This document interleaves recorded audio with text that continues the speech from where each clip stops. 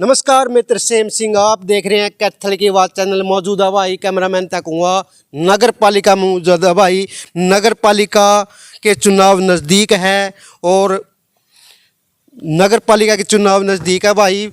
पहली बार तारे एक और बात बता दिया, पहली बार इस बिल्डिंग में भाई नगर पालिका के चुनाव होने हैं। सारे चुनाव पुरानी नगर पालिका में हुए हैं भाई। तर दिखावा नगर पालिका मौजूद। हाँ, इस नगर पालिका में पहली बार चुनाव होने हैं और सीधी बातचीत करेंगे। वह चुनाव कद होंगे उनका बारे में जानेंगे। नगर पालिका के चुनाव नज़दीक है, सीधी बातचीत करांगे भाई। कैमरामैन तक हुआ मेरा गला आ जाए और यह बिल्डिंग दिखा दे। पहली बार इस बिल्डिंग में है नगर पालिका के चुनाव होने हैं भाई। यह बिल्डिंग दिखा दे। पहली बार इस नगर पालिका में भाई चुनाव होने हैं और सीधी बातचीत करांगे भाई। कद चुनाव की डेट कद है, सीधी बातचीत करांगे भाई। ऊपर चल भाई, सीधी मेरा गला आ जाता, ऊपर आ जाए एक बार।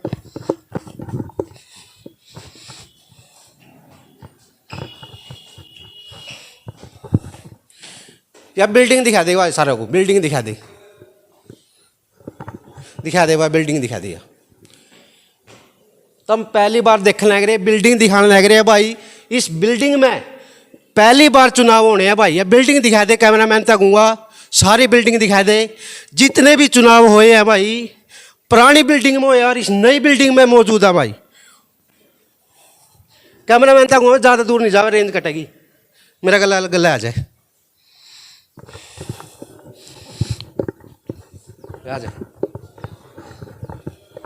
नई बिल्डिंग दिखाने लग रहे हैं भाई। नगर पालिका की नई बिल्डिंग में मौजूद हैं भाई और नगर पालिका के चुनाव नज़दीक आ गए भाई और पहली बार इस बिल्डिंग में चुनाव होने हैं।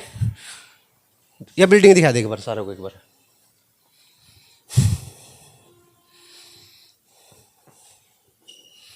आज भी मेरा गला आ जाए।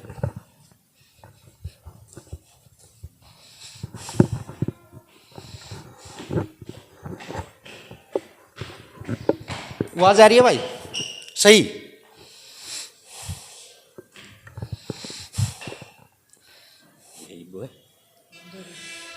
दौड़ी है बिल्डिंग कहूँ दिखा दे भाई। कलायत में मौजूद है भाई। कलायत नगर पालिका के सबतल ऊपर चढ़ गए हम। एक बार कैमरामैन तक हुआ, सारी दिखा दे भाई। कलायत दिखा दे, सारी कलायत दिखा भाई। उड़ता है सारी कलायत दिखा है भाई, दिखा दे। कपिल मुनि भी है भाई। कपिल मुनि धाम दिखा है, सीधा हो रहा है कपिल मुनि धाम। झंडा दिखा दे भाई। कलायत में मौजूद है भाई।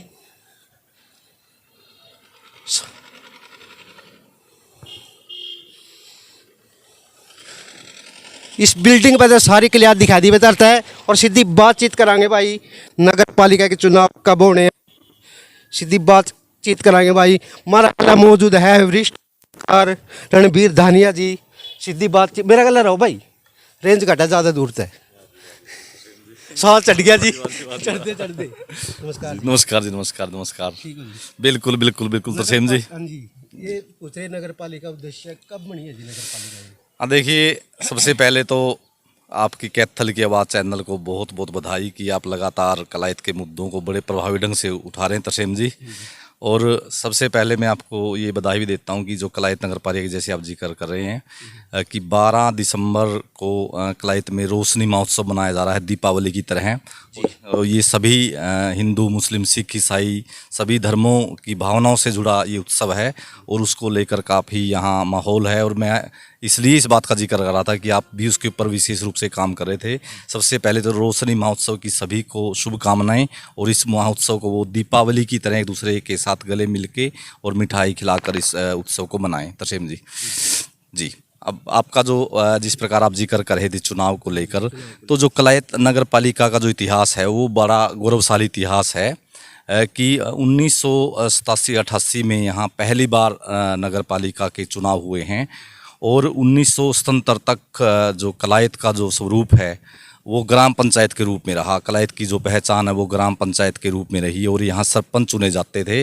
और रतिराम निर्मल जी कलायत की जो पंचायत थी, ग्राम पंचायत, उसके अंतिम वो मुखिया रहे, उसके वो सरपंच रहे। और जो कलायत नगर पालिका में जैसे हमने प्रवेश किया, कलायत को जब ग्राम पंचायत से उसको अपग्रेड करके उसको नगर पालिका का दर्जा दिया गया, तो 1977 में जैसे ही ये अपग्रेड हुई। लेकिन पहला जो चुनाव है लगभग एक दशक के बाद, यानी कि 10 वर्ष इंतज़ार करना पड़ा यहाँ कलायत की नगर पालिका की कार्यकारिणी का लोगों को। और 1987-88 में यहाँ पहला चुनाव हुआ और बलबीर सिंह जी राणा, जो आज इस दुनिया में नहीं हैं, वो कलायत नगर पालिका के पहले वो प्रधान रहे हैं। इस्तीफा दे दिया था, पता नहीं लग गया जी, के राज है जी, वो बताओ जी। हाँ, किस बिल्कुल। तरह इस्तीफा दे दिया था वो? हाँ बिल्कुल, ये भी एक बड़ी दिलचस्प इस कलायत नगर पालिका के जो राजनीति है उसमें एक घटनाक्रम रहा कि यहाँ तक के जितने भी जो प्रधान चुने गए या जो यहाँ प्रधान बनते हैं या उनको जब गिराया जाता है विश्वास के लिए, तो काफ़ी यहाँ उठापटक होती है, काफ़ी खेमेबाजी होती है, काफ़ी जोड़ तोड़ हो जाती है। विधायक, मंत्री, सांसद, सीएम, प्रदेश अध्यक्ष, वो लोग इसमें एक्टिव हो जाते हैं। लेकिन बलबीर सिंह राणा के कार्यकाल की बात बड़ी ये दिलचस्प रही कि उन्होंने जब यहाँ वो प्रधान थे, प्रधान रहते हुए वो अपने बस में सवार हुए और बस में सवार होकर सीधे वो सचिवालय पहुँचे और डीसी साहब को वो लिख के अपना वहाँ त्याग पत्र दिया है कि मैं जब तक मेरी क्षमता थी प्रधान के रूप में काम करने की, मैं वहाँ कुशलता से मैंने काम किया है और आगे अब मैं प्रधान पद के लिए मैं काम नहीं करना चाहता। जबकि उस दौरान कोई ऐसी उठापटक भी नहीं चल रही थी कि उनको तोड़ने की कोई तैयारियां चल रही हो या और कोई उनके ऊपर संकट हो, कोई और ऐसी उनके ऊपर कोई ऐसी स्थिति नहीं थी। उन्होंने सामान्य स्थिति में कि किसी और को अब इस पद पर काम करने का अवसर मिले, एक बहुत बड़े ये त्याग की उनकी भावना रही कि उन्होंने अपना जो पद स्वेच्छा से वो त्याग दिया।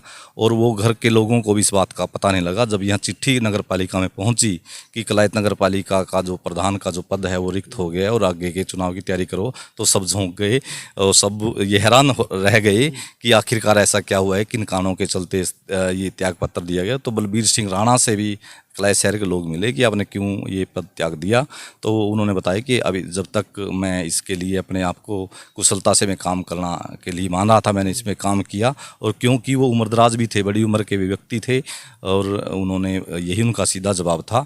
तो राजनीति में किस प्रकार त्याग की भावना रहती है ये भी प्रमाण उन्होंने यहाँ दिया। और जो यहाँ अब तक जो प्रधान रहे हैं कि जैसे कपिल मुनि मंदिर को आप पीछे देख रहे हैं, उनके जो पुजारी है, मुख्य पुजारी वेद प्रकाश गौतम, उनको भी यहाँ की सरदारी या यहाँ के प्रधान पद पर उनको काम करने का अवसर मिला। और वो ये बताते हैं कि उस दौरान भले वो आज पुजारी जी दुनिया में नहीं हैं, उनसे मेरी कई बार बातचीत हुई। उन्होंने हमारे को बताया कि कलायत नगर पालिका के पास आय के साधन नहीं थे उस दौरान, कि इनकम के कोई सोर्स नहीं थे। तो व्यक्तिगत रूप से लोगों के पास वो लोग जाते थे और लोगों से आग्रह करते थे कि आप अपने मकान का, अपनी दुकान का नक्शा पास करवा लो, आप टैक्स भर दो और चूल्हा टैक्स भर दो ताकि नगर पालिका में कुछ बजट आए और उसके लिए वो काम कर सकें। तो इस तरह की जो राजनीति है, क्योंकि उस दौरान बजट विकास के लिए इतना नहीं होता था, कि एक चंदे के रूप में वो पैसे कलेक्शन भी करते थे कि नगर पालिका का काम का सही तरह से चले। और उसके अंदर एक ख़ास बात ये भी कि आप यहाँ जो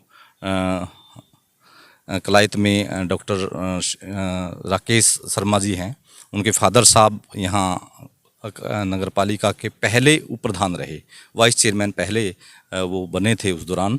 और वो आज भी उन बातों को लेकर जब वो जिक्र करते हैं कि उस दौरान इस प्रकार की पहले नहीं होता था जोड़ तोड़, और सीधे तौर से नाम रख लेते थे कि इसको प्रधान बनाना है, उनको प्रधान बनाना है। तो इस तरह के इतिहास यहाँ से जुड़े रहे। और अब तक की जिस प्रकार मैं बता रहा था कि 1987-88 में पहला चुनाव हुआ, तो हम 36-37 वर्ष इस नगर पालिका के पूरे करने जा रहे हैं। और आपकी भी मैं वीडियो अभी सुन रहा था कि इस नगर पालिका में पहली बार कंडक्ट होगा चुनाव। ये बात बिल्कुल दिलचस्प है। आप काफ़ी अच्छी जानकारियाँ दे रहे थे कि अब तक के जो चुनाव हुए हैं कि कलायत के रेलवे रोड पर जो नगर पालिका है वहाँ चुनाव कंडक्ट होता रहा है। वहाँ नगर पालिका की बिल्डिंग थी। प्रदेश मुख्यमंत्री मनोहर लाल के समय में वर्ष 2016 में ये सौगात सीएम की तरफ से दी गई इस बिल्डिंग की, और ये काफ़ी सुंदर ये भवन है। तो इस बार जो कलायत नगर पालिका की चौधर है, जो नई चौधर यहाँ आएगी, जो नए पार्षद या नए प्रधान वो प्रधान चुने जाएंगे, वो यहाँ से उनकी चुनावी प्रक्रिया को पूरा किया जाएगा। हरियाणा में कहाँ कहाँ चुनाव होंगे हाँ जी, कि हरियाणा में अगर इसकी ताज़ा अपडेट की हम बात करें तो हरियाणा में 8 निगमों के चुनाव होने हैं और 4 परिषदों के चुनाव होने हैं और 22 नगर पालिकाओं के चुनाव होने हैं। तो ये चुनाव संभावित हैं। यहाँ चुनाव की प्रक्रियाओं को लेकर जो भारतीय जनता पार्टी वो भी एक्शन मोड में है, क्योंकि वो सत्ता में है और वो ये चाहते हैं कि प्रदेश के साथ इस प्रकार की देश में सरकार है तो निकाय में भी उनकी सरकार बने। इसके लिए जो मुख्यमंत्री की मौजूदगी में, प्रदेश अध्यक्ष की मौजूदगी में बैठक भी हुई है और जो विधायक हैं, मंत्री हैं, जो विभिन्न प्रकोष्ठ हैं भारतीय जनता पार्टी के, उनको टास्क दिया गया है कि आप अपने अपने शहरी क्षेत्र में जो भी आपको ज़रूरत है उसके अनुरूप वहाँ काम करवाएं और आप अपना होमवर्क तैयार रखें कि चुनाव की घोषणा कभी भी हो सकती है। तो इस प्रकार की जो व्यवस्था है, हलचल है, जो जिस प्रकार अपने मुद्दा उठाए, बाकी ही सरगर्मी का है। और आप भी देख रहे हैं कि गर्मी भी यहाँ है इस वक्त भी, कि सियासी सरगर्मियाँ शुरू हो गई है, क्योंकि अभी हम कुछ समय के बाद यानी कि 2025 में हम निकाय चुनाव के अंदर चले जाएंगे। चुनावी सरगर्मियाँ चुनावी रूप से वहाँ मूर्त रूप हो जाएगी। जो उम्मीदवार हैं वो अपनी अपनी जो जनसंपर्क अभियान होते हैं वो शुरू कर देंगे। सुनने में आ रहा है कि सीवन पहली बार चुनाव लड़ा। हाँ बिल्कुल, जिला कैथल की जो ये पहली नगर पालिका बनी है इस बार, उसका पहला चुनाव होगा सीवन में। उससे पहले सीवन की पहचान एक ग्राम पंचायत के रूप में रही है और वहाँ पहली बार जिला कैथल में पहली बार चुनाव होना है। और इससे पहले जो नई नगर पालिकाओं की अगर हम बात करें तो राजौंद नगर पालिका जो कलायत विधानसभा क्षेत्र में ही आती है, वहाँ पिछली बार दूसरा चुनाव था। उससे पहले ही वो नगर पालिका बनी थी, उससे पहले उसको भी ग्राम पंचायत का स्वरूप उसको रहा है। और अभी तक वहाँ 2 महिला प्रधान वहाँ बनी हैं। पहले कार्यकाल में गुड्डी देवी वहाँ की चेयरपर्सन थी और अब मौजूदा वहाँ भी एक वो सीट रिजर्व है और वहाँ एक महिला इस समय उस पद पर हैं। तो इस तरह की जो स्थिति है ये पूरा जिला कैथल की, कि जैसे कलायत नगर पालिका है, राजौंद नगर पालिका है, पुंडरी नगर पालिका है, गुला नगर पालिका है, गुला चीका नगर पालिका, और कैथल जिला में एक परिषद है। कैथल जो मुख्यालय है, कैथल परिषद में वहाँ चुनाव पहले हो चुके हैं। परिषदों का वो चुनाव में नहीं आएगी अभी। तो जो चुनाव इसकी अगर हम बात करें जिला कैथल की, जिनको चुनाव में जाना है वो कलायत नगर पालिका है और सीवन नगर पालिका है। राजौंद पुंडरी जो नगर पालिका है वहाँ भी चुनाव होने हैं। चर्चाएं चल रही है कि यहाँ 13 पार्षद चुने जाते थे, अब 16 पार्षद चुने। हाँ बिल्कुल, ये पहली बार है कि जिस प्रकार हम जिक्र कर रहे थे कि 36 वर्ष का जो सफ़र नगर पालिका का रहा, कि जब नगर पालिका जब अस्तित्व में आई, जब गठन हुआ नगर पालिका का, तो 13 पार्षदों के पद के साथ इसको यहाँ गठित किया गया था। पहली बार कलायत नगर पालिका में जो ये चुनाव होगा, आम चुनाव, उसमें 16 पार्षद यहाँ चुने जाएंगे। ये पहली बार ऐसा है कि 3 पार्षदों की जो सीट है उसमें बढ़ाई गई है और उसमें महिलाओं का जो कोटा है वो भी उसमें रिजर्व इस बार कर दिया गया है। जबकि जो हरियाणा की विधानसभा हैं या लोकसभा हैं उनमें आगे जो चुनाव होने हैं 2029 में जो चुनाव होगा उसमें महिलाओं को आरक्षण मिलने जा रहा है। लेकिन नगर पालिकाओं का जो आरक्षण का जो प्रक्रिया है 1/3 जो उनका यहाँ है उसको यहाँ रिजर्व उनको कर दिया गया सीटों को, और 16 यहाँ पार्षद चुने जाएंगे। और जो सीटें यहाँ हैं उनका जिस प्रकार का जो स्वरूप वार्डबंदी है, वार्डबंदी का कार्य यहाँ पूरा हो चुका है। और सरकार की अब क्या फैसला रहेगा, क्योंकि जब भी चुनाव होता है उससे पहले ड्राफ्ट सूची के ऊपर भी काम होना होता है। वो फाइनल सूची होगी, फाइनल सूची के बाद हम चुनाव में जाएंगे और लगभग उस प्रक्रिया में 2-3 महीने के आसपास का उसमें वक्त लग जाता है। हाँ बिल्कुल बिल्कुल, वो ताल ठोकने का अब दौर शुरू हो गया है। हालांकि अनौपचारिक इसको हम ताल कहेंगे, क्योंकि अभी जो चुनाव का जो शंखनाद है, अभी वो चुनाव का शंखनाद नहीं हुआ है और शंखनाद से पहले उम्मीदवार मैदान में आ रहे हैं। इसलिए बात बड़ी ये दिलचस्प होगी कि इस बार का जो चुनाव है, एक नया वर्ड मैं आपको आज दे के जा रहा हूँ कि ये जूनियर विधायक का चुनाव होगा। कलायत नगर पालिका का जो चुनाव होगा वो जूनियर विधायक का चुनाव होगा, क्योंकि पहली बार सीधे तौर से वो चुना जाना है। और बड़ी यहाँ जो प्रतिस्पर्धा रहेगी राजनीतिक दलों में, क्योंकि कलायत विधानसभा में इस बार कांग्रेस के विधायक विकास सारण यहाँ से विधायक हैं और जो यहाँ से पूर्व मंत्री रही हैं वो चुनाव में हार गई थी। और जो इनेलो है या आम आदमी पार्टी है, बहुजन समाज पार्टी है, जजपा है, उन सभी की इस सीट पर के ऊपर नज़र होगी, क्योंकि जो पार्टियां ये भी तय कर रही हैं कि वो क्या पार्टी जो सिंबल है, चुनाव चिन्ह है, उसके ऊपर चुनाव लड़ाएंगी। लेकिन ये तय हो चुका है, क्योंकि भारतीय जनता पार्टी ने जिस प्रकार कल बैठक बुलाई और मंत्रियों को कार्य सौंपे, तो उससे ये साफ नज़र आ रहा है कि जो पार्टी उत्साहित है और वो अपने सिंबल पर या चुनाव चिन्ह पर चुनाव लड़ाएगी।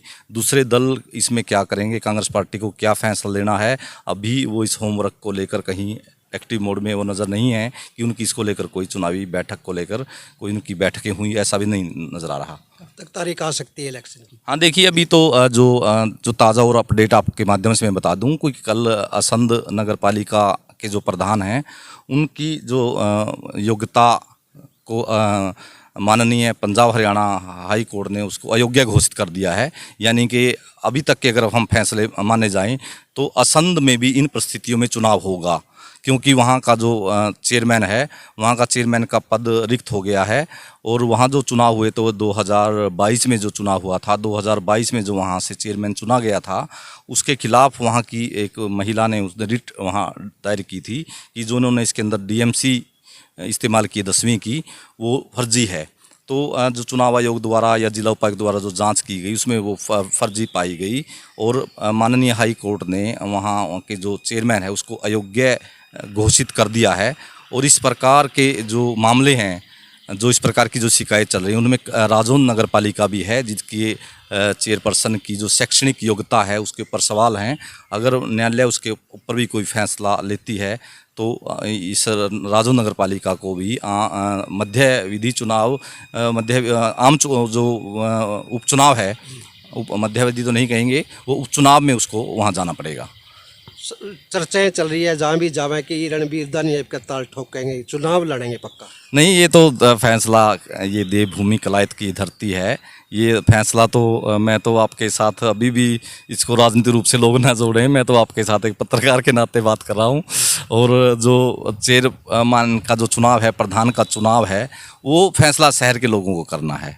वो जिस तरह के आदेश यहाँ होंगे, जिस तरह का क्योंकि यहाँ के जो बुज़ुर्ग हैं, यहाँ के युवा साथी हैं, महिलाएं हैं, जिस तरह की जिम्मेवारी जिसको सौंपी जाएगी, जो यहाँ से, क्योंकि ये कलायत जो है उसका कलायत का गौरवशाली इतिहास में बता रहा था कि ये मुडाड जो रियासत रही है प्राचीन काल में, उसका मुख्यालय भी है, ये उसका हेडक्वार्टर है, राजधानी रही है उसकी ये।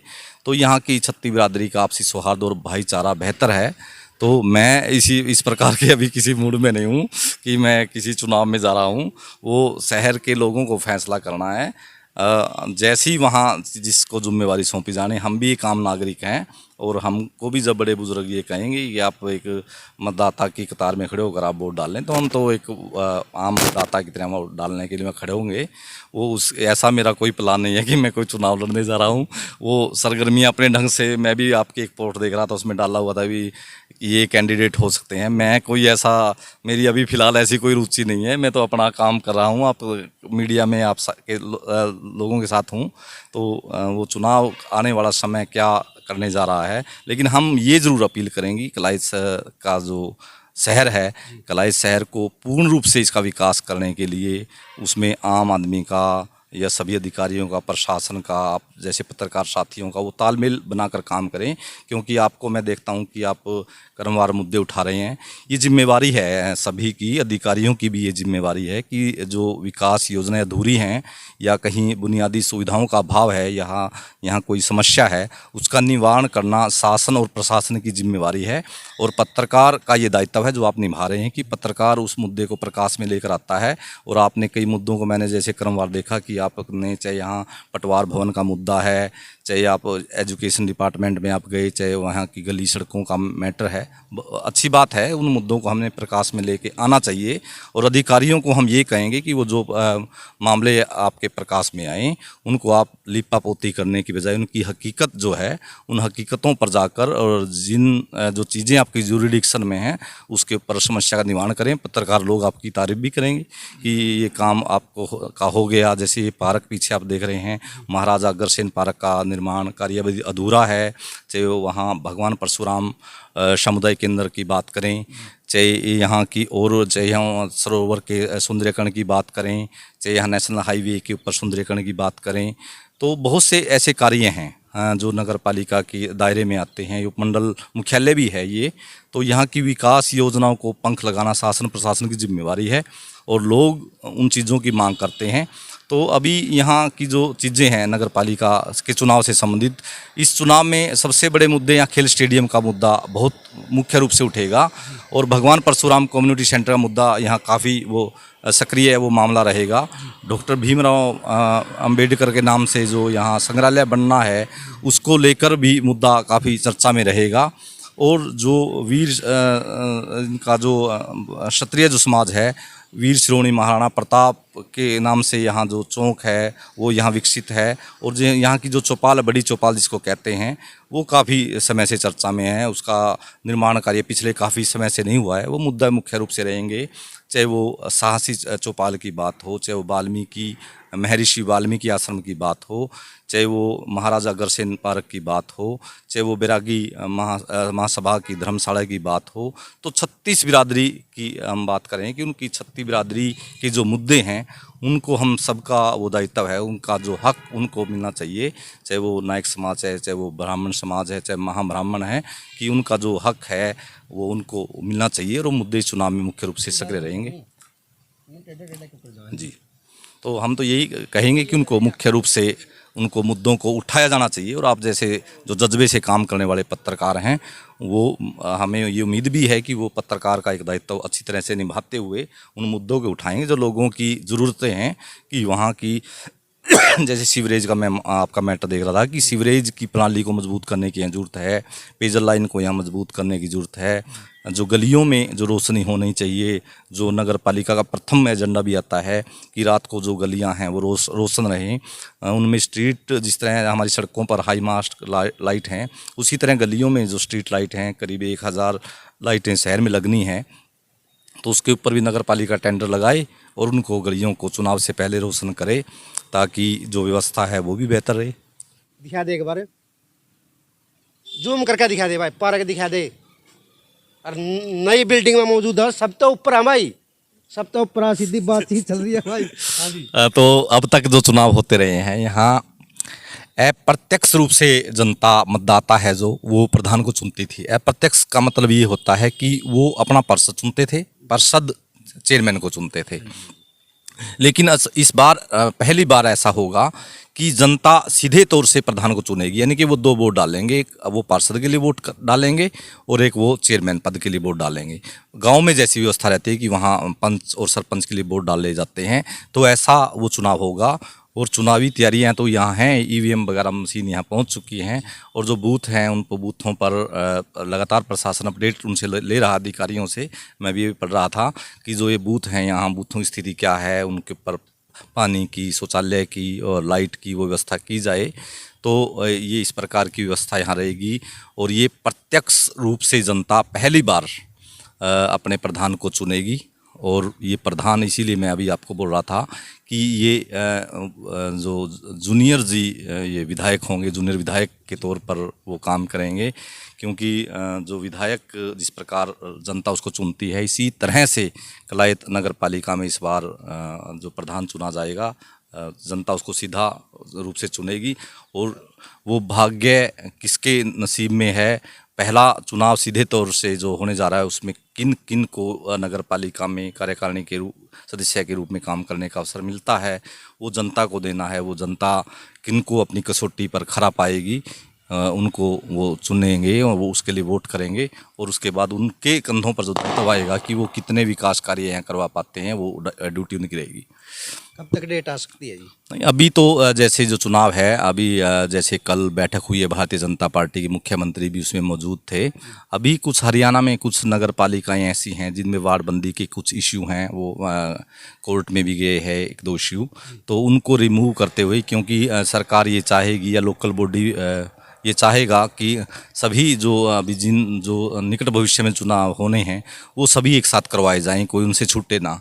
तो अभी उन जो प्रक्रिया है उन सभी की वार्डबंदी, यहाँ कलायत की अगर बात करें, यहाँ कलायत में वार्डबंदी कार्य है पूरी रूप से पूरा हो चुका है। यहाँ कोई उसमें कोई किंतु परंतु नहीं बचा, उसमें कोई कानूनी पेंच नहीं है। कुछ नगर पालिकाएँ हरियाणा में ऐसी हैं जिनके स्वरूप को लेकर, जिनकी वार्डबंदी के इश्यू हैं, वहाँ उनकी समस्या को उनको जो समाधान उनका करना है अधिकारियों को, और उस समाधान के बाद सीधे तौर से चुनाव में आना है, निगमों में, परिषदों में और नगर पालिकाओं में। लेकिन उससे पहले ये ऐसा नहीं होता इसके अंदर कि आज उसके चुनाव की घोषणा हो जाए। पहले प्रशासन अपनी पूरी तैयारी करता है कि जैसे वोट लिस्ट बनाना, उसके वोट लिस्ट के ऊपर काम करना, और जहां वोट लिस्ट वो नगर पालिकाएँ कर रही हैं जिनके वार्डबंदी का कार्य हो चुका है। जिनका वार्डबंदी का कार्य अभी बाकी है, पहले वो अपनी वार्डबंदी के कार्य से निपटेंगे, उसके बाद वो वोट लिस्ट बनाने के लिए वो जाएंगे। और 45 डेज लगभग उसके अंदर लग जाते हैं उस वोट लिस्ट को बनाते हुए, क्योंकि उसमें पहले वोट एक सर्वे होगा। सर्वे में जो लोग जिनकी आयु 18 वर्ष है या किसी कारणवश किसी का वोट छूट गया है, वो अपना वोट बनवाना चाहता है, वो सर्वे होगा। सर्वे के बाद भी कि यहाँ एक ड्राफ्ट सूची या डिस्प्ले होगी, और फिर आप उसके अंदर अपना ऑब्जेक्शन कर सकते हैं कि मेरा इसमें नाम गलत है या मेरा वोट नहीं आया, तो वो उसके बाद वो रिमूव हो गए। उसके बाद फाइनल सूची वोटर लिस्ट घोषित होगी। जैसे ही फाइनल सूची की हरी झंडी मिल जाएगी कि नगर पालिकाओं ने, परिषदों ने, निगमों ने अपनी वोटर लिस्ट फाइनल कर दी है, तो उसके बाद चुनाव की घोषणा होगी। और चुनाव करवाने के लिए लगभग 20-21 दिन का मिनिमम उनको समय मिलता है चुनाव कंडक्ट करवाने के लिए। यानी जनवरी फरवरी में हो सकते हैं। हाँ, फरवरी, अभी ये नवंबर भी ये मान कर चलिए कि ये चला गया है। और आप ये मान लो फरवरी के बाद ही इस प्रकार के अब 45 वोटर का डे भी है, और चुनाव के भी 20-21 दिन उसको प्रचार के लिए उसके भी मिलते हैं। तो अभी थोड़ा इसके अंदर इंतज़ार करना होगा। लेकिन बीच का रास्ता एक और इसके अंदर विकल्प रहता है कि कई बार ये सोचते हैं कि जो वार्ड जो दोबारा जो ड्राफ्ट सूची के ऊपर अगर सरकार नहीं जाना चाहती, जबकि वो एक अहम है कि अभी नगर पालिकाओं में अभी या पूरे हरियाणा की बात करें कि वहाँ विधानसभा चुनाव हुए हैं और उनकी सूची अपडेट है, और बीच बीच में चर्चा भी आती रही है कि उसी तरह से उस सूची को आधार मानकर ही चुनाव करवाए जा रहे हैं। और उनमें फिर भी उसके बाद भी ऑप्शन रहता है वोट बनवाने का। वो उन जो मतदाता हैं जो ये दावा करता है कि मेरा वोट होना चाहिए, उन अंतिम व्यक्ति तक जब तक चुनाव होता है, लोकतंत्र में ये व्यवस्था है कि उसका वोट वोटर लिस्ट के अंदर हो। उस कार्य को पूरा करते हुए फिर हम चुनाव में जाएंगे। और चुनाव में जैसे ही अभी जो आम लोग हैं, आपकी जानकारी भी सही है कि लोग अब पल पल पूछते हैं कि कब तारीख आ रही है, कब तारीख आ रही है। अभी उन तारीखों के लिए अभी इस प्रकार का शंखनाद सीधे तौर से नहीं होना है। अभी जब ये सभी निगम और परिषद और पालिकाएं ये झंडी दे देंगी कि हमारे यहाँ वोटर सूची का या वार्डबंदी का कार्य पूरा हो चुका है, उसके बाद चुनाव आयोग अपनी चुनावी तारीखें हैं जो वो घोषित करेगा, और उसके बाद चुनाव कंडक्ट होंगे। कि उसके बाद फिर राजनीतिक दल भी उस बीच सोचेंगे। और कई बार ये भी रहता है कि प्रधान पद का चुनाव पहले, जब अब तक जो पहले होता रहा है, जब नामांकन की प्रक्रिया चल रही थी उस दौरान प्रधान के जो ड्रा हुए थे। लेकिन इस बार क्योंकि सीधे तौर से प्रधान का ही चुनाव होना है, तो इस बार ये खास उसमें बात रहेगी कि वक्त से पहले ही इस बार जो प्रधान के जो पद हैं कि कहाँ किसके लिए सीट रहेगी, उसका फैसला हो जाएगा, वो ड्रा हो जाएगा, और उसके बाद नगर पालिकाएँ हैं वो चुनाव में जाएंगी। वरिष्ठ पत्रकारों, जनता से क्या अपील रहेगी? आखिरी सवाल। हम लोगों से यही अपील करेंगे कि ये आप इसको अपना चुनाव मानकर चलें। जब आपके पास कोई वोट मांगने के लिए आए, वोट की अपील करता है, तो आप भी उसको उस वोट जैसे अपील करता, आप भी उसको विकास की अपील करिए कि अगर हम आपको वोट दे रहे हैं कि तो एक नागरिक अपना एक मुद्दा ज़रूर रखे, एक बात तो वो ज़रूर रखे। और ये कलाई शहर है, यहाँ 15,000 से अधिक वोटर उस समय होंगे जब ये चुनाव हो रहा होगा। तो 15,000 लोग जब अपनी बात को एक मत से रखते हैं, और वो ये नहीं है कि लोग यहाँ कोई बड़ी चीज़ें मांग रहे हैं, वो बुनियादी सुविधाएं मांग रहे हैं। उनकी बात यहाँ गलियों को पक्का करने की है, टूटी गलियों को नया बनाने की है, पीने के पानी की है, लाइटिंग की है, सौंदर्यीकरण की है, जो अधूरी विकास योजना है उनको पूरा करने की है। लोगों से हम यही अपील करेंगे कि वो इस धरती के प्रति अपने फ़र्ज़ को समझते हुए कि हमने इसको पूरी रूप से इसको विकसित करना है, विकास का एजेंडा लेकर, विकास का प्रस्ताव उम्मीदवारों के सामने रख के वो अपने चुनाव में अपनी भूमिका अदा करें, ताकि लोगों को, जो उम्मीदवार जो चुनाव लड़ रहे हैं, उनको ये लगे कि यहाँ किसी प्रकार का दबाव, प्रभाव, प्रलोभन ये चीज़ें नहीं चलने वाली। जब उनको ऐसा लगेगा तो उनको मेन ट्रैक पर उनको आना पड़ेगा। तो लोगों से हमारी ये अपील रहेगी कि वो आपसी स्वार्थ से लड़ें, जात पात का विष न घोलें, वार्ड दायरा उन चीज़ों का विष वो न घोलें। समूचे शहर को अपना शहर मानकर, अपना घर मानकर पूरे कलायत को उस तरह से वोटिंग में जाएं और किसी के साथ झगड़ा विवाद तनाव न करें, मिलजुल कर चुनाव लड़ें, सौहार्दपूर्ण चुनाव में शांति बना कर रखें, जैसे अब तक चुनाव हुए हैं, ऐसी हमारी उनसे अपील रहेगी। चलो भाई, पूरी जानकारी दे दी भाई, शेयर जरूर कर दिया वीडियो। तय बार गल्ला मौजूद थे वरिष्ठ पत्रकार रणबीर धानिया। खोलेंगे सबके राज, देखते रहिए कैथल की आवाज़। कैमरामैन रमन के साथ, जय हिंद जय भारत।